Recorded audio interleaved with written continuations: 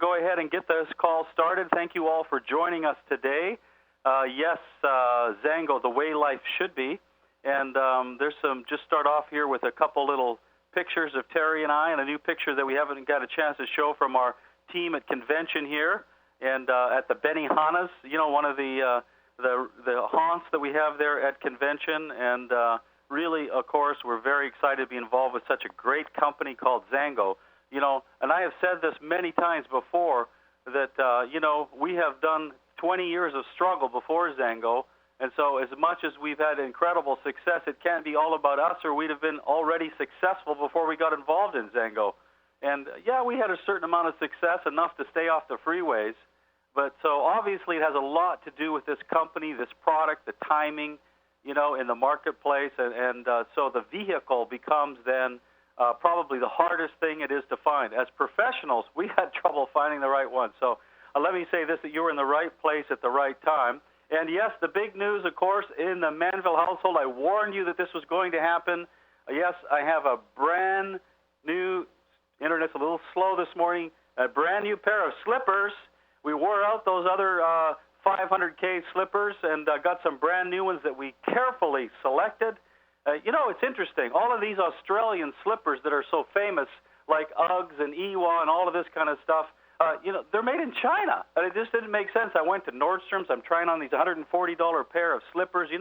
My slipper story. I've got to have, high-quality slippers, and I look at the box, and it's made in China. I thought, for $140, no, I want the real thing. And so I searched out and, got a brand new pair of slippers, and that's what they look like. I've been threatening to bronze the old ones. Some people have suggested, or we could put them on eBay, the 500K slippers.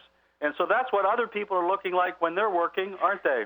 And isn't that amazing that people have to do that kind of stuff? We are so blessed here from our home in the country. My goodness, the connection is slow this morning. And I just think that this is a lot better way to work from your home in the country. And, in fact, we've got a new little story we want to talk to you about. And, the espresso stands are hot in Washington, aren't they? They're coming up all over the place. And it's been interesting. Terry and I had this conversation on the way into town the other day that we've been watching this espresso. Now, listen, we live in a town outside of a town of 1,500 people, right? And there's already 2 espresso stands in town. And there's this third one going up, and we've been watching it, and gosh, they've got the backhoe out, and they're putting in lines, and the contract. It's been a couple of months. It's just a small little stand, and then, the backhoe's back, and there's more construction, and the electrician, and they're building roads, and now they've got they've had to build a fence up there, and they've put rocks in place, and they still haven't opened. And I thought to myself, we were looking at this and thinking, my gosh, a third espresso stand. This is their solution for a small business, is a third espresso stand. And I'm thinking, the amount of contractors and stuff I've seen around there, we've got to be talking $30,000, $40,000 at least to put up this espresso stand in a small town like this. And for $35, they could have had a Zango business. And we're just up the corner here, and we have this huge business that does millions of dollars a year in sales. And I think they made the wrong choice. Don't you, Terry? Well, I've watched that backhoe come back and forth 4 times whenever I've gone into town to do the mail or what have you. I'm like, that backhoe guy's back again. And so they've really put a lot of time and energy, like Art says, about 2 months into this.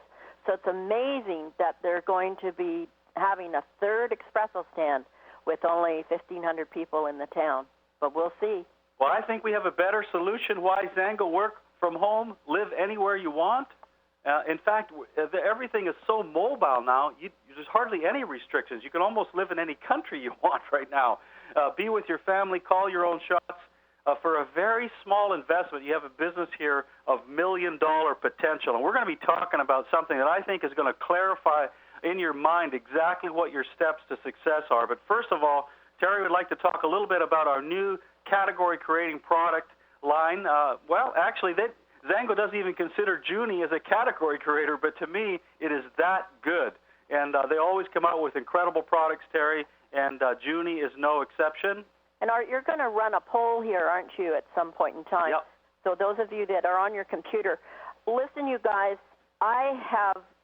this product has been amazing. So I really wanted to do a quick little 5-minute drill on it because the knowledge that I have, I don't think you people really understand what we've got in our hands.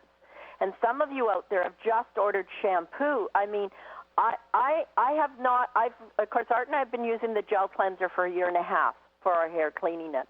And now that I have this product, so I have not been using a conditioner on my hair for a year and a half, okay? And I don't dye my hair, as all of you or most of you know. So when I got these products, I was totally amazed at the quality in them. Okay, you need very little amount to start with. You're not going to get the huge sudsing action with the shampoo because, remember, it has no chemicals in it. Okay, so we've got the shampoo, we've got the conditioner that is just a knockout conditioner, you guys. And I know there's many of you women out there that use conditioner from the high-end salons and pay big bucks for it. Well, you've never seen a conditioner like this. And remember, all of our products have the pericarb oil in them, as well as they've got 3 of the different xanthones, 3 of the different xanthones of the mangosteen fruit in there. Okay, so that's really important. So now you've got the body wash, which most of us, of course, love. But I'll tell you what, I am not a bar of soap gal. I haven't been for many years, and there'll be many of you out there that are so used to our body washes that we don't have bars of soap. Well, I really wanted to try Beverly's bar of soap because, remember, she totally knows what she's doing. She is the best at what she can do, totally. And so I got some bars of soap. I bought the 3-pack. And so when we got home, I used it, and I could not believe it. The word I would put about this bar of soap, it is so luscious. Okay? That is the word, because when you get that bar of soap in your hand, you've never felt anything like that. So I've been alternating back and forth the bar of soap and the body wash, okay? And what I've found is my skin, and remember, you guys, I have very sensitive skin. I have very dry skin. I have also very thin skin. So I am the best guinea pig for any of these products. And I have found that my skin is so much softer. And then you apply the body lotion afterwards. I mean, it's just amazing. And you will see the different quality of your skin. The more you use it, the better it's going to be. Now, a couple things I want to talk about for the women, for the shampoo and the conditioner. Okay, I've talked to some people at convention, and some convention leaders had said that, you know, the women that dye their hair out there, and of course I can't give you as an example, but I'm asking different people to be aware of this. They say that you're going to get 3 extra weeks long in your hair dye, in your hair. Okay, that's really a wonderful thing, because that's going to cost you less money, and you're not going to have to get your hair dyed as often. Now, there was a lady that, from what I understand, is she got her hair dyed one day. She went to Walmart because she was out of shampoo and conditioner. She bought a brand, they're a cheap brand, you know. She went home, she put this new shampoo and conditioner on her hair, and her hair turned pink. Do you know why? She had to go back the next day and get her lady to re-dye her hair, and the lady said it's because of the chemicals were clashing. Okay, it's the chemicals that change your hair color, okay, that make it kind of tinny looking or change the color on it. So it's really important. And you guys, everybody uses these products in their household. So for Christmas, it's going to be amazing. But the other last thing I want to talk about is with these products, we were at a Washington meeting last week, and there was a gal there in our downline. And as soon as she walked in, she's a Filipino, very dark black hair. And when she came in, I said, wow, your hair is looking really shiny. She says, yeah, it's this new shampoo and cream rinse. She says, I just love the products. She says, you know, my scalp has stopped bleeding. And I said, wow, you know, what's going on? And, you know, we really don't know what's happening to people's skin and scalp and their legs or their knees, if they've got psoriasis or if they've got shingles or eczema in their arms or what have you. And she says, yeah, she says, I've used this like 3 or 4 different times now, and my skin stopped bleeding and stopped flaking. Now, she talked about dandruff, but if her skin is bleeding, it's probably more like psoriasis, okay? And she always had dry skin. And can you imagine? She's had this for years, you guys. So this has been life-changing for that person. Now, you take a person that has shingles, psoriasis, or eczema, and they're using these products, and I think the bar soap, because of the luscious in it, and you can really tell it's got a lot of pericarb oil in that bar soap, okay? It's going to be life-changing. So I think for Christmas, the holidays are coming up, the gift package that are showing on the screen now, what a wonderful gift of health. I mean, to give to people because everyone uses it. Now, those little sample bottles, I love this idea. The sample bottles that you can get 4 sample bottles for $5. Okay, you can order them. There's the results of the poll there, Terry. Okay. Have you tried Junie yet? Most people have. I'd say we're excellent. 55% have at least tried some of the products. Well, some of the products, you guys have to order the whole package because you're missing out. Okay, that's all I've got to say. We use these products in our household anyways, and they're so well priced. But with these little tiny bottles, okay, when you buy those bottles, they're empty. The 4 bottles, they're empty. Okay, and what I've been going to do, like we go to see our hairdresser this Tuesday, I'm going to fill that bottle halfway. Remember, these other big bottles, they're 8.4 ounces, so they're big. So I'm going to fill it. See the little bottles on the screen? I'm going to fill it right to the line where the different colors stop and the Junie starts. Okay, I'm going to fill it halfway, and I'm going to give that as a sample. I mean, I can't think of anything greater. The bars of soap are really inexpensive, so I think sending the bar of soap with one of those samples would even make a wonderful gift as well. But, you know, you guys, please don't just order a shampoo or cream rinse. I know I had an email from a friend said, I'd really like to try your shampoo. And I'm like, you just don't get it. We use all of these products anyway, so do be a product of the product. If you are distributors out there, you want to use all of the products because it's important. How can you talk about the products if you don't have any of the stories? And make sure you do follow-up. Find out about the psoriasis or shingles and get people like that have these problems to use it. Imagine drinking the juice from the inside out and now these products from the outside in along with our Glimpse and the Magic Oil. I mean, the pericarb oil, we've got knockout products, you guys, so we just can't miss. Hey, great job, Terry. Thanks a lot for that. She's obviously excited about Junie. Junie. So, everybody, thank you. And so let's get into the business end of it, the topic of today. I love these Junie products myself. I use them all the time, and you know, great little smell in there, too. You talk about the lavender, citrus in there? You know, I miss the lavender and the citrus smell. I love what Beverly's done is she's just put a hint of lavender in it. And, you know, most of you people know that lavender is very soothing and very healing. But there's just a small whiff of it in there. And then she's got some form of citrus to just kind of break the lavender smell up. And so it's not like you're going to step out of the shower smelling like a lavender or an orange, you know, a citrus. And so she's really balanced it really well. And same in the lotion. When you first put it on, you'll feel the lushness of the lotion and how well it absorbs into your skin. Because remember, I'm very dry. And so it's amazing. You can just get a small hint of that lavender. So those of you that did not order all the products yet, make sure you get that gift. Okay, thanks a lot for that, Terry. And so, yes, the topic for today's webinar, and I think actually this is not new, the things that I'm going to be talking about here. I think pretty well all leaders in Zango inherently understand these 3 steps, but I think that now, and I really have to put our you know, credits to the Go Team webinar and Anna Mann and Mike Raish for helping, you know, identify these 3 steps and putting them into 3 simple steps that we can all understand. And so what we're really talking about here, the 3 steps are, of course, the invitation. And I'm going to run through the steps, and then we're going to go into more detail in each step. There's the invitation, right? That's step number 1. You've got to invite people to look and listen to information. And, in fact, even product users have to be invited, right? And so I want you to think about invitations. Isn't that a nice term when you're thinking about talking to people about your product or your opportunity? You're inviting them to look at what you have. You're not convincing them.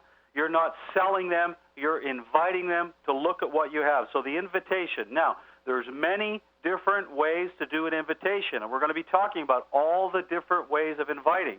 And then second step, of course, is the presentation. And there's lots of ways to do the presentation. And I don't think we have to put ourselves in the box, in any kind of a box, and say there's only one way to invite and there's only one way to present. I think there's many different ways of presenting, and in fact, you may have your own preference. So that principle is in place, is that the second step is always presentation. We've got CDs, right? Now, these are great presentation tools because people can listen to them while they're driving, and so you let them know, hey, this is something you can listen to once they've accepted your invitation to look at what you have. And then, of course, there's the website, mymangosteen.com. That's a great presentation tool. And personally, I think the two best ways of presenting are probably the webinars and home meetings, home events and events, right? But you don't always have a home meeting coming up, right? So if you don't have a home meeting coming up or you don't have a big event coming up, I mean, those are awesome presentations, let's face it. When you can get face-to-face with people, that's hard to beat. Yet, who's going to do the presentation in those face-to-face meetings? If it's you may not feel confident about making any kind of a presentation. So another way that you can use the webinars is to have people over to your house, and that at the time, Wednesday night we have a 7 o'clock webinar. Invite people over at 6:45. Watch the webinar together. Tell some stories. Take some juice samples. And so, we happen to like the webinar as our main kind of presentation because it's available all over the world. There's 6 live webinars per week, and they're all done by professionals. Now, there's advantages to a webinar over just sending people to your website. When you send people to your website, of course, they don't really, you don't know what they look at there or where they spend their time or how long they stay there. And they may come away with some preconceived idea with all of the information. So anytime you can get your prospects time and attention for an extended period of time to present all of the information, you have the best shot. And so that's what we like about the webinars. And, of course, Go Team Webinar, that's a look at some of the presenters, and we're just one of the presenters on that. It's not really our system. It's just that we present and we like that system, and we work with this team here, okay? And then, of course, step 3 is the follow-up. And all of these steps are so important. You can't expect everybody knows that the fortune's in the follow-up, right? And so you've got to be prepared to follow up. And as we're talking about here in step 3, you should not be following up alone, right? Now, this is where it breaks down. I'm telling you what, this is the weakest part. The presentations are kind of, they're not the most important part of this in a sense, I don't think, because you're not doing it. You're just getting people in front of it. If the invitation is done correctly, people will come to the presentation. But if the follow-up isn't done, the presentation is not going to sell. The presentation, don't expect too much from a presentation, because without a correct follow-up, the presentation is not going to be that effective. And so you want to follow up then in 3s, don't you? And so this is so powerful. Everybody knows about the power of 3-way calling.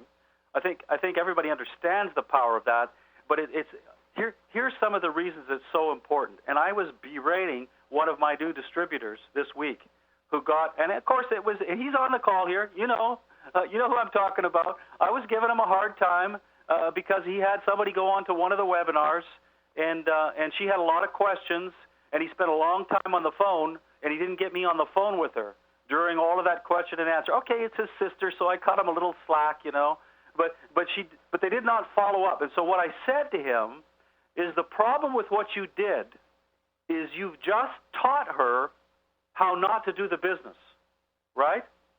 Because you've just taught her that it isn't important when you're following up with somebody to have a third-party person on the line, which means she's not going to do it with you because you didn't do it with her, right? And I learned this from Chris Peterson, our upline and the founder of mymangosteen.com. He said it very, very well. Everything you do in this business, every step you take, is teaching your new person what to do and what not to do. And so when you slack off on the follow-up, you set up what I would call a negative duplication potential, because you're showing them that actually the follow-up isn't that important and you don't need help. And of course, one of the big questions that all people have in their mind when they're looking at this as a business is, number one, does this work? And number two, can I do it? I think the easier part is, does this work? With our kind of track record, that's pretty easy to see that this does work. So the number one question in everybody's mind right from the beginning is, can I do it? And so the follow-up being done together is giving them I can do it because I don't have to answer these questions, right? Now, here's some other dynamics in it, okay, in this follow-up thing here. Like, let's say that this is you, and you bring your coach and mentor on to talk to your new future partner here, right? And so you get to hear how your coach and mentor answers your future partner's questions.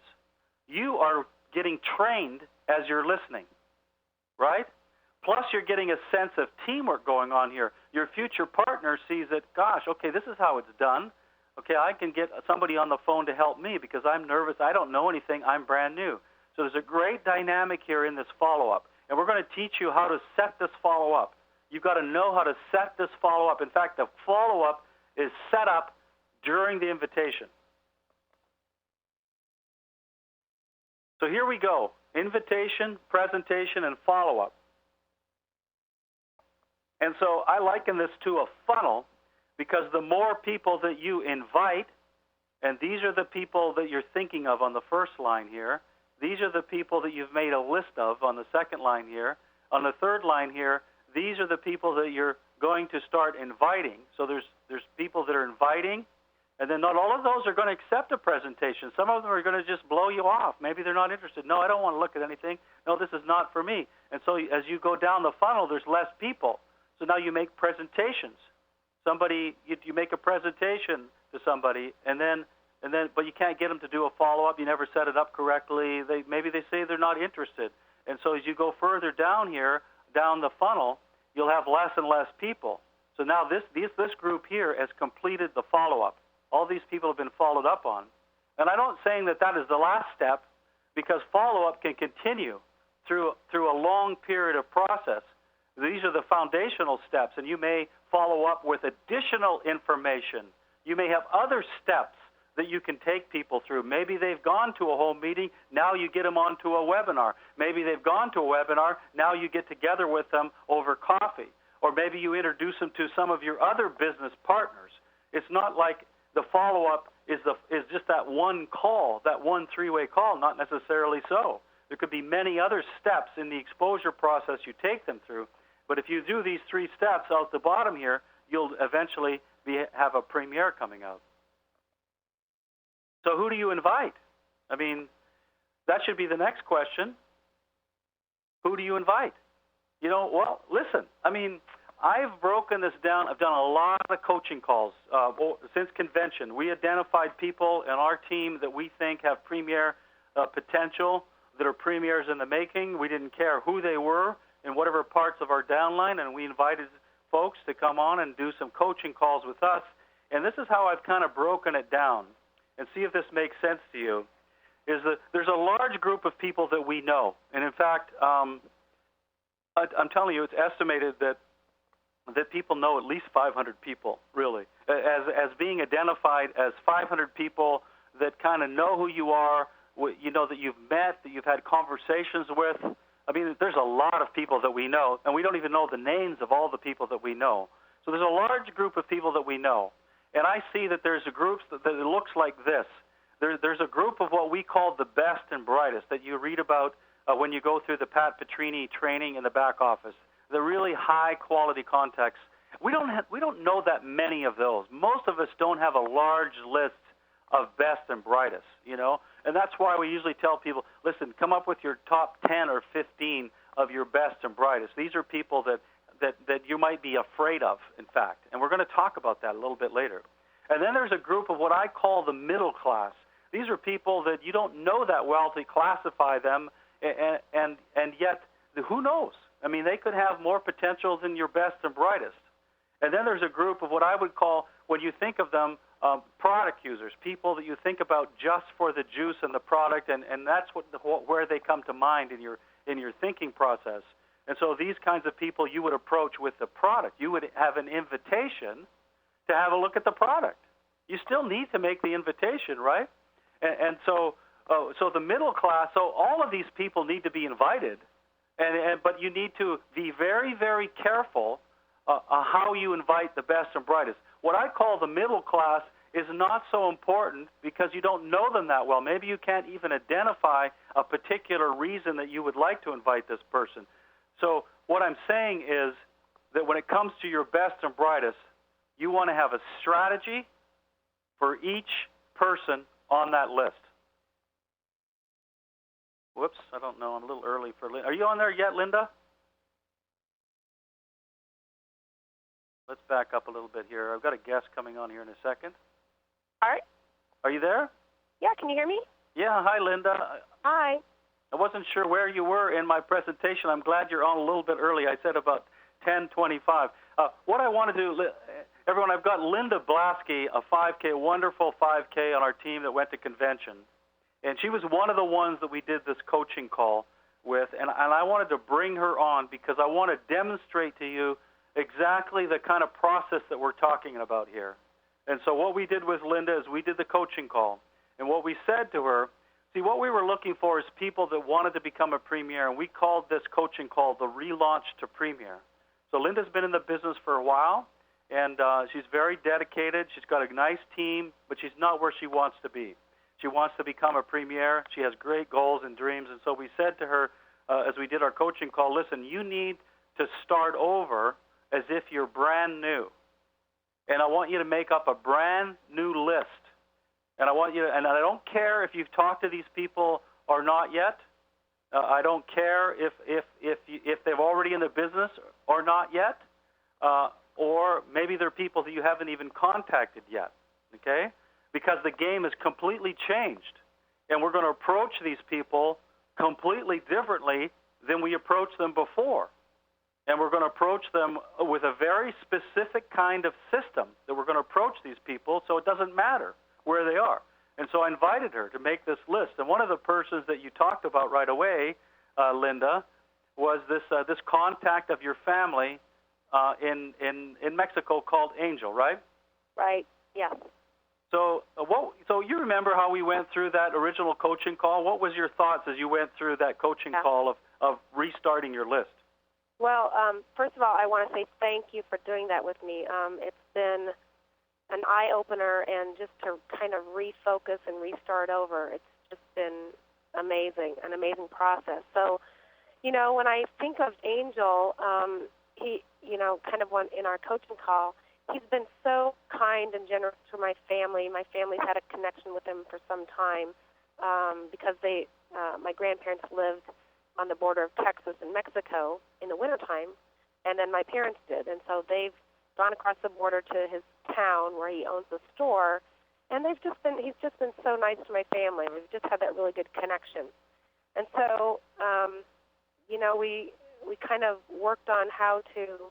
Well, basically what we did, remember, is I invited you to go and make your list, right. And then we had what's called a list meeting. Right. And so the first thing, and now we're talking about the best and brightest here. So the first thing is you make your list of your best and brightest, and then we had a list meeting. And in the list meeting, we talk about the people of your best and brightest before you ever contact them, because you want a specific strategy for each one. You want to think about them all as individuals and figure out the best way to approach this particular person. And so Angel is one of the first guys that you talked about. Right. Yeah. And so, we developed, and so basically, when you were asking me what do you like about Angel, and that's actually what, I told you, is that, he's always been good to our family, he's very bright, he's an entrepreneur, and so that's how the invitation worked. Well, right?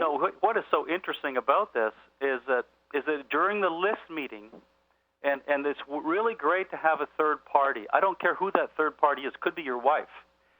But the process, and what I do when I go through these list meetings and talk about the individuals, I ask Linda in this particular case to to describe him to me, why he's on your list. And during that description always comes the reason that you're going to call him and what you're initially going to say to him.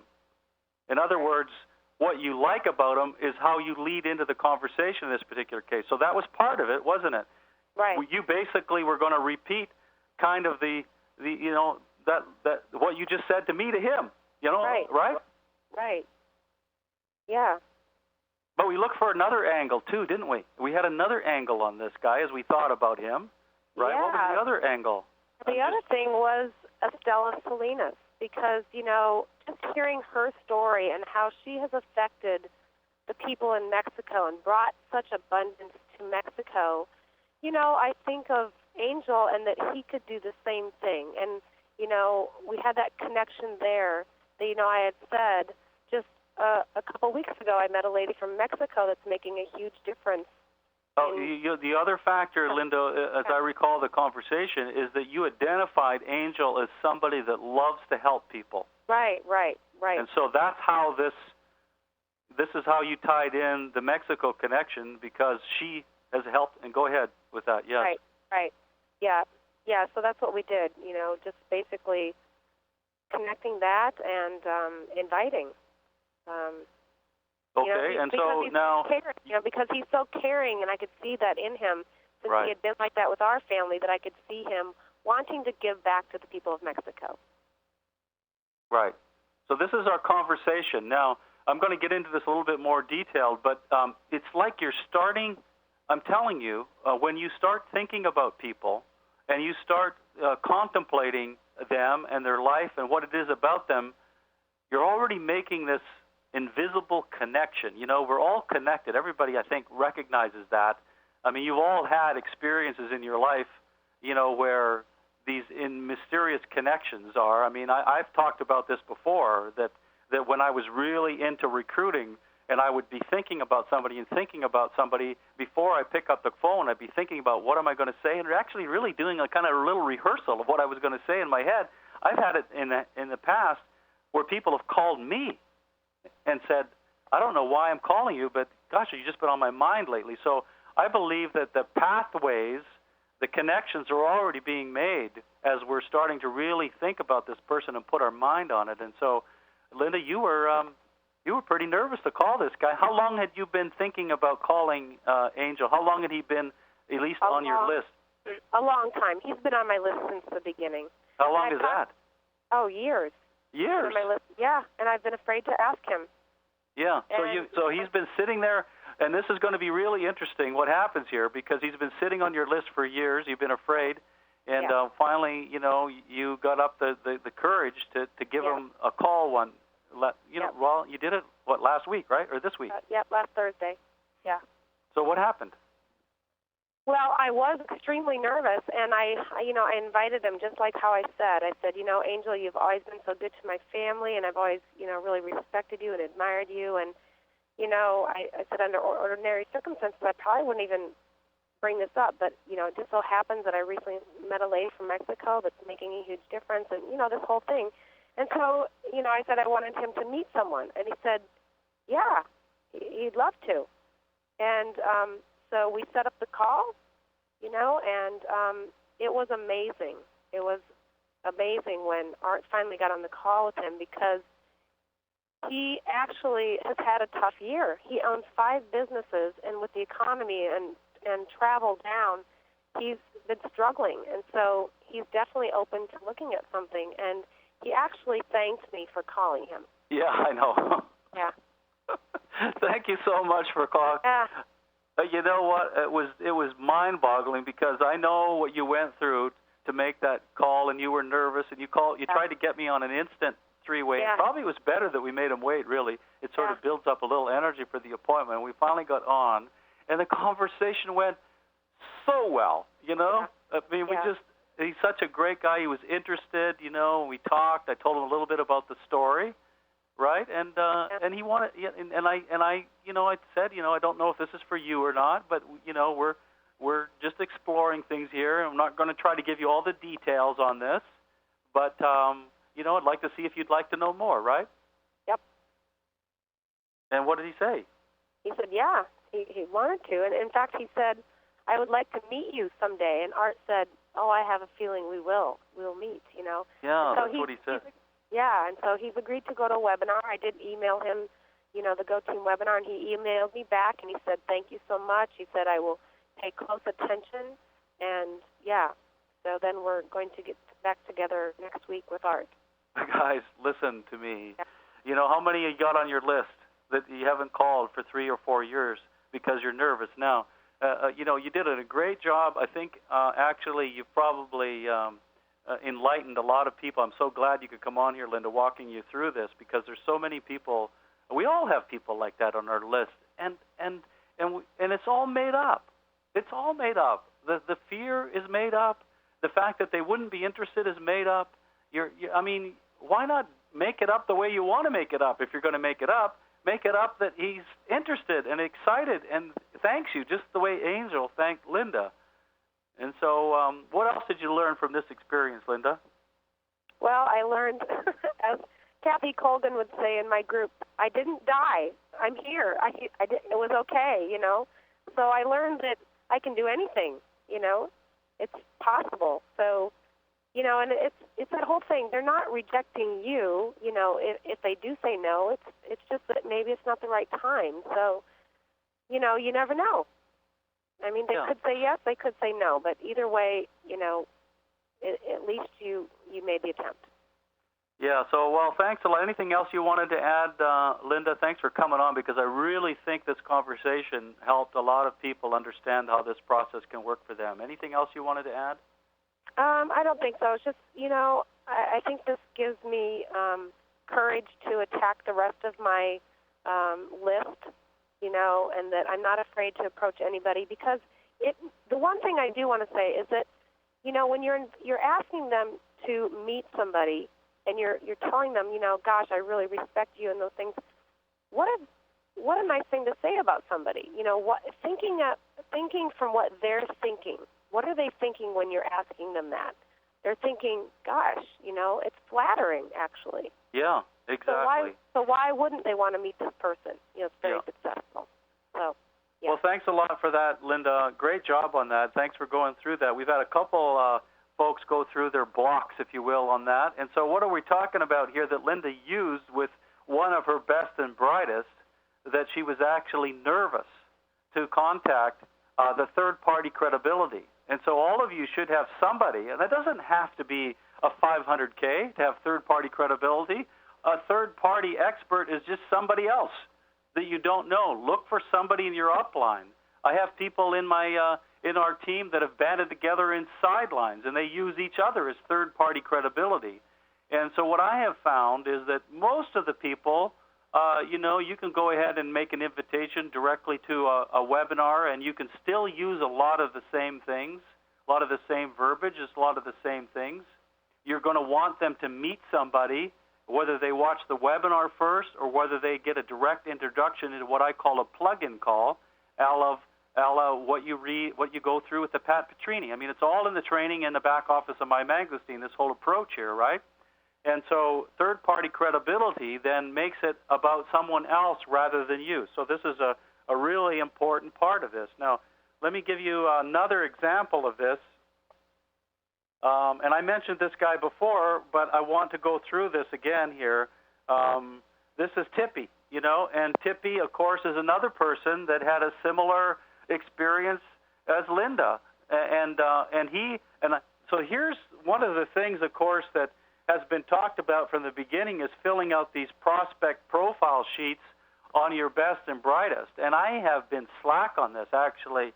You know, I'm not much of a disciplinarian, I guess, and haven't really done a good enough job. And what I really discovered here is that the reason these profile sheets are so powerful is because it forces you to sort of get into the head of the person and get into the mind of the person and really think about the person you're going to contact, and so then that helps to send up that sort of invisible energy connection that I was just talking about.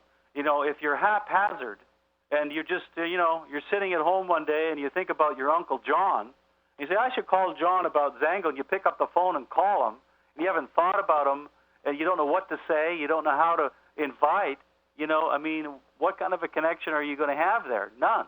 And so this is a part of the process, is going through this and identifying these people. And, of course, the story with Tippy is that he had a boss that he wanted to contact, and he was nervous about contacting his boss, and so he made a similar kind of invite. In fact, he'd been sitting on his boss's prospect profile sheet for months as well. And guess what? His boss is extremely interested.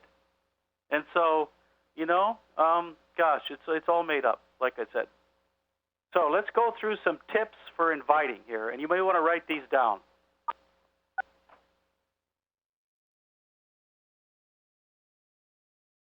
Let me bring up that slide. Tips for inviting. You might want to write these down. Don't skip the steps, guys. All of these steps are important. You want to write these steps down. You want to make a list, and I talk about why them. In other words, you want to identify what it is about them that you like and their qualities, and think about them, and then have this list meeting where you start to describe. And when you start to describe that person to a third party, you're actually giving what you're going to say to the person when you pick up the phone, when you start describing them. So she described Angel to me as somebody that was caring and dynamic and owned businesses and always a friend of the family. That's how she described him to me. And so I said, well, that is how you start the conversation. Hello, Angel? And you're just telling him the truth of all the positive qualities and reasons that you like them. People like to be appreciated, and you're showing your respect for them. So that will come up through the list meeting. And once you verbalize it to somebody, write it down. You've got the door to open the conversation right there. So that every invitation should be customized. Now, we have some great verbiage right now for invitation, and we've learned so much from John and Doug and the Exco Pro team about, under ordinary circumstances, I might not be calling you for that. That's a powerful phrase. This might not be for you or not, which takes the pressure off. It's always good to keep your options open. I'm working on a brand new project, and I'm just looking for a couple of people to help me out with this. Those are great all invitation steps, aren't they, those great verbiages? But the beginning of it should be customized. Now, one thing that I've been talking to people about is if you're not sure exactly what this invitation should look like, write it down. Write it down. Write down what you're going to say to them, and so that you've got it in front of you. Remember, we're talking about your top 10 here. We're not talking about, 100 people. We're talking about 10 people that you're going to approach carefully, with thought, with intention, and with respect. And so why not treat these like the gold that they are? These are the best that you know. So why not take some time to do this right?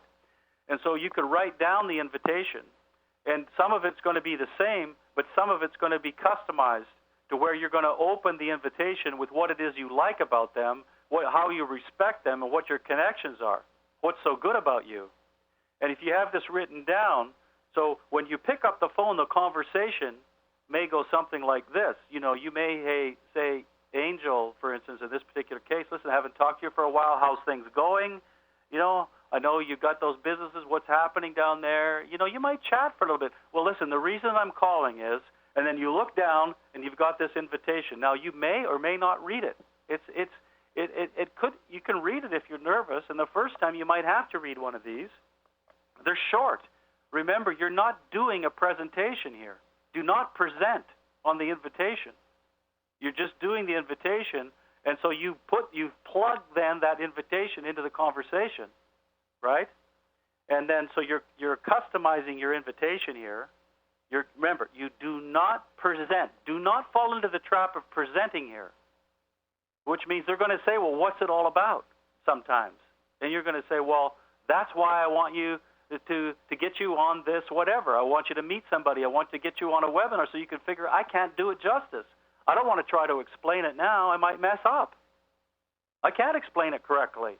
So, but if you would like to have a look at this, I can get the right information where you can see if this is for you or not. I don't know if we have a match. Now, there's another powerful phrase. I don't know if we have a match, which means you don't. You're not trying to sell them on something.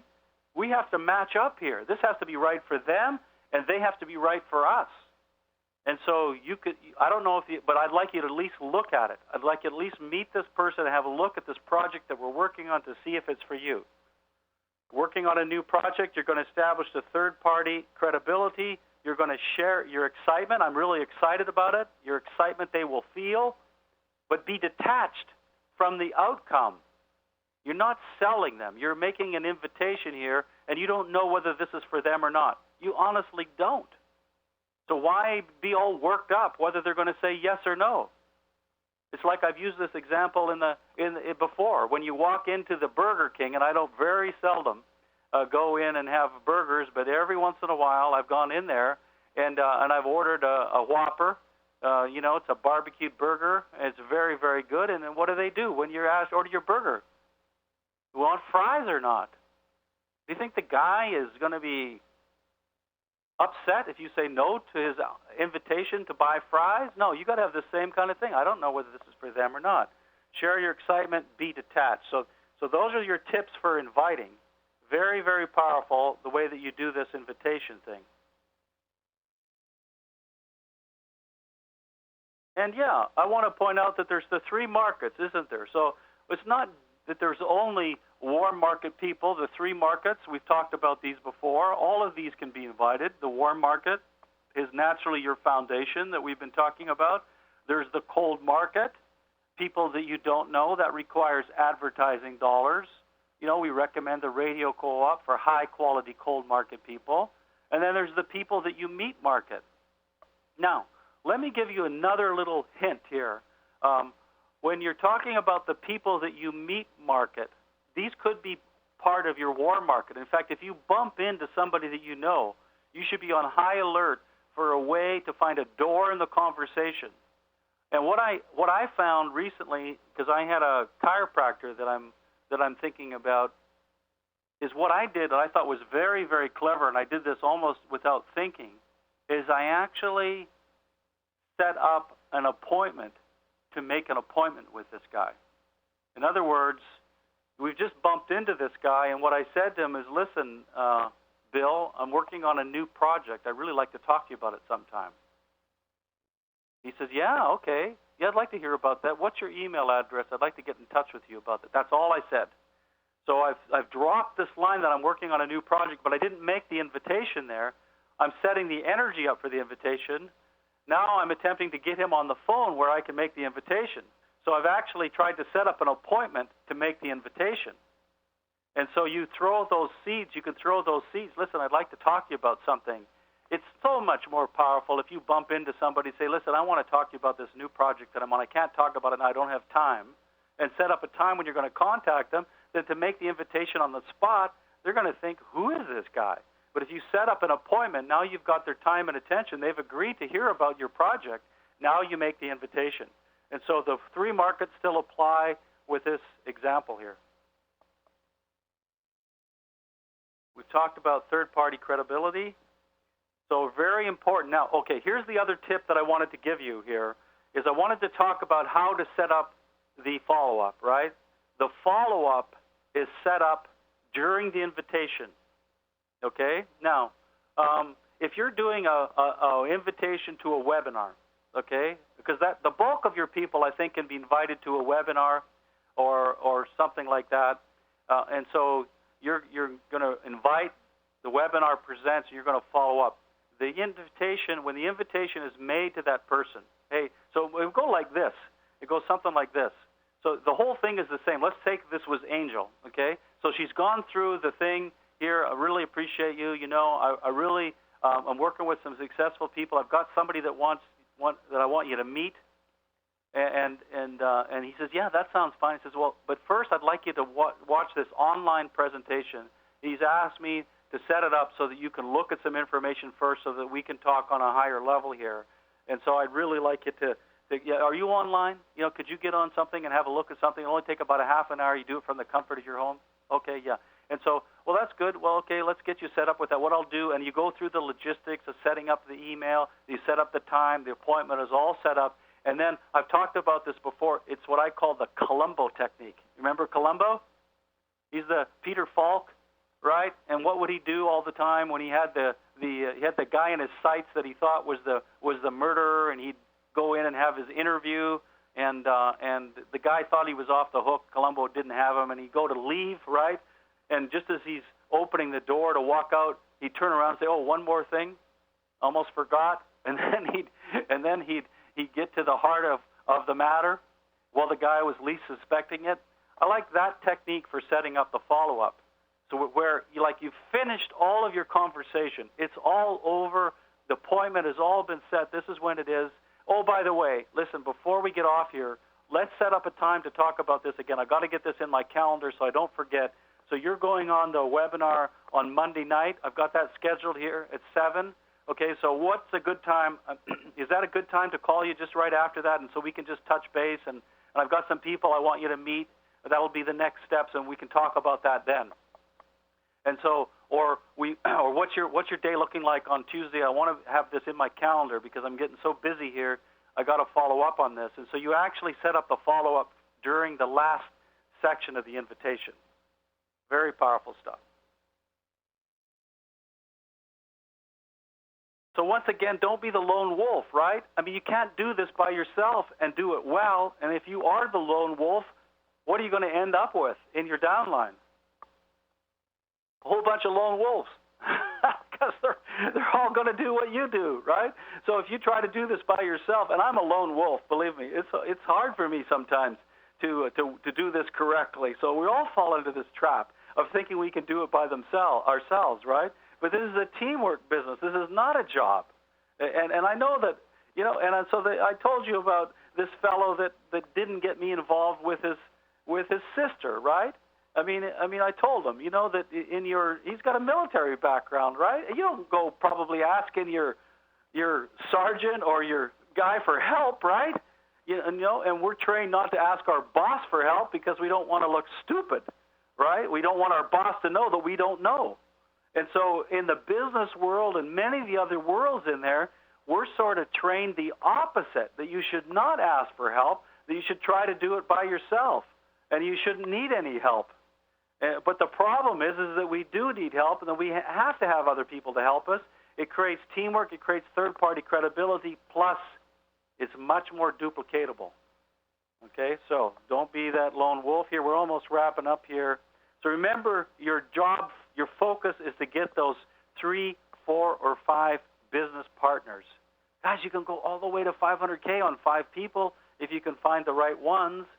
And I know that you've got people on your list that you haven't contacted, or you've already contacted them before. You can contact them again with a completely different approach, with a completely different invitation.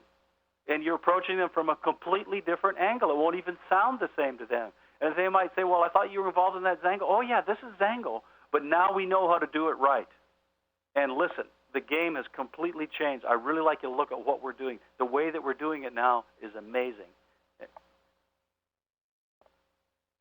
I think the most important thing here that maybe Art hasn't mentioned is we have a system, you know, and we didn't have a system when Art and I first started. We just had the juice, and we did not have a system. And so now with John Gothic, I mean, and his system is just amazing. So that and your uplines that can help you and move you all the way to Premier. That's what this is all about. So let me finish with my famous question. I mean, who wants to become a Premier, right? Let me ask a question. I'm going to open the lines here. How many people on the phone here have decided to become a Premier in Zango? I have.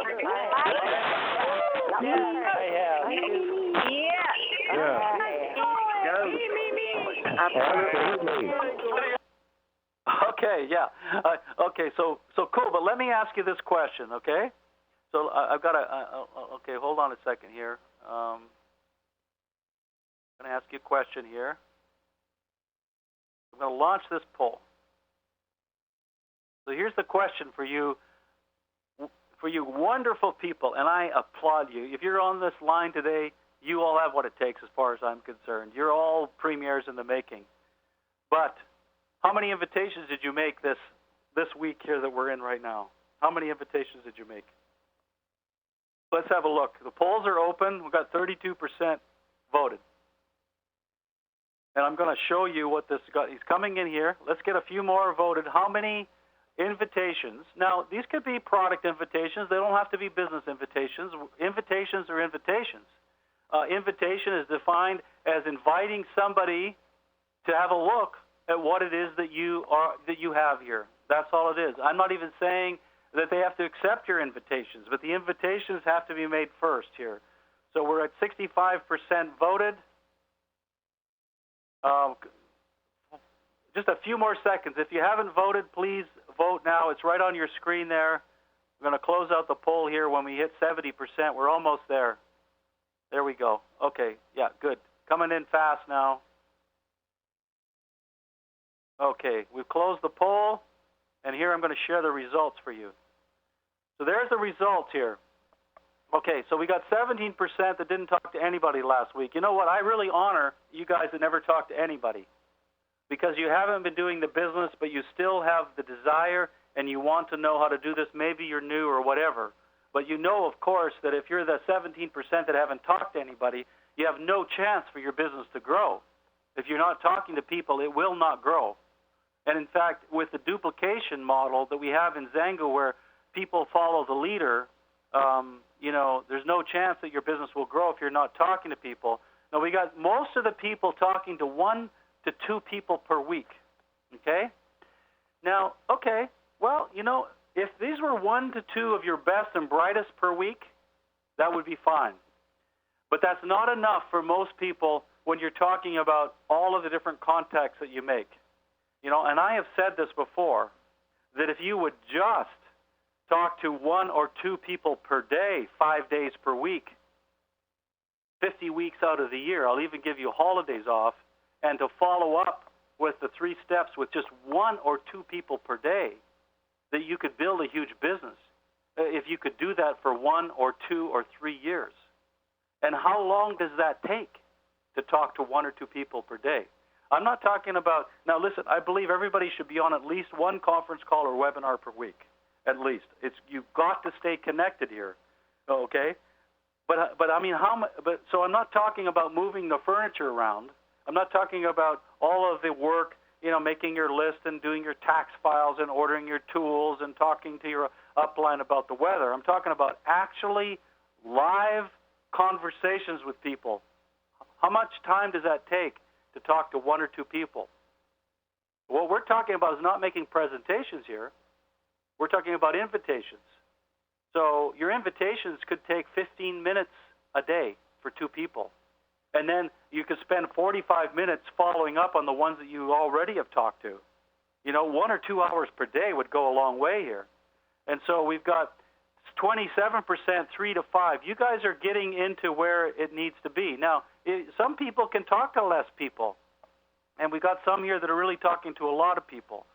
So let's ask the next question then, for those of you that decided to become a premier. In our last poll here, how many will you commit? How many invitations will you commit to making next week? What are your goals for the next week? How about some of those people that are on your list, like Linda and Tippy? Linda has had Angel on his list. Maybe it's perfect, though. Maybe this is the time she's supposed to talk to him, right? So it's not like there's anything wrong. I'm not saying that you're bad because you haven't talked to these people. I'm saying maybe now's the time to finally make the invitations to these people. And so, yeah, let's a few more votes coming in here, and then we're just about done here. I know we're almost out of time here. So how many can you commit to? Can everybody step it up a level? What if you were just to step it up 1 level next week, from 1 to 3 to 4 to 6, from 4 to 6 to 7 to 10. Make a little bit more effort. And I don't want to make it sound like invitations are everything, but if your business is not growing, it has to start with new people joining your business. It's not going to grow without new people. I'm sorry, it won't. And so the sponsoring process has to begin with you. It can't begin with your downline. And so let's one more second here. Going to close this poll. Anybody else want to vote? And here is the results. And so, yeah, everybody's kind of agreed to step it up a notch, haven't they? And so there you see the results. So great job, everybody. What else have I got in here? How many invites you going to make next week? And also this cool thing, just before we close out the call, and actually there's a link to this on the back office of MyZango where you can donate $1, $3, or $5 to the Zango Goodness Foundation each month, deduct it right from your check. That's our Zango's new foundation. We're going to leverage more resources to do more good in the world. I really like this. And we've got the Las Vegas Regional. You know, this should be part of your goal. Now, there's two parts to this, okay? If you went to convention and you saw how powerful convention is, wouldn't you like to have some people come with you that are brand new to the next major regional event that is almost as powerful as convention? Didn't you wish that you had people at the convention with you? And if you missed the convention, you kind of know what you missed. Now you should know that the next stop is the Las Vegas Regional, and you should be working already on looking for who wants to go with you. And I'll tell you what, you know, I know there's a tendency here for people to say, well, I'll go if my team goes. Do you think that's going to work? You're not committed, but if they commit, you will commit, right? Do you really expect your team to be more committed than you? I haven't seen that yet. I would love to have some of my team more committed than I am. I have yet to see that yet, honestly. I mean, most of you are probably the same way. So you've got to make the commitment first and plan then and dream and vision and promote that you've got 3 to 5 brand new people that did not attend convention. I mean, you're right. If you say, I've been to convention, why do I need to go to Las Vegas? If you're not planning on bringing people to Las Vegas, maybe you shouldn't go. But if you went to convention and saw how powerful it is, don't you think it'd be a better mindset to say, wow, that was so incredible. What if I would have had 3 to 5 brand new people there? That's my goal for Las Vegas. I'm going to go, and I'm going to bring 3 to 5 with me, and I'm going to start talking to my downline and getting commitments right now. Do you see the difference in that mindset? So I know I'm kind of being a little hard today, you know, kind of the tough love thing here, but you're on this for a reason, and hopefully we can help you with this. Don't have a lot of time, but there's a great new promotion. If you're new to Zango, if you joined this year and you've sponsored one person this year on ADP, if you sponsor 2 more, you get 2 tickets before the end of this month to the Las Vegas Regional. If you sponsor 4 more by the end of this month, preferred seating and a breakfast with a Zango. If you could sponsor 6 before the end of this month, a flight. So that's a cool little promotion from Zango. So I want to thank you all for coming on the webinar today.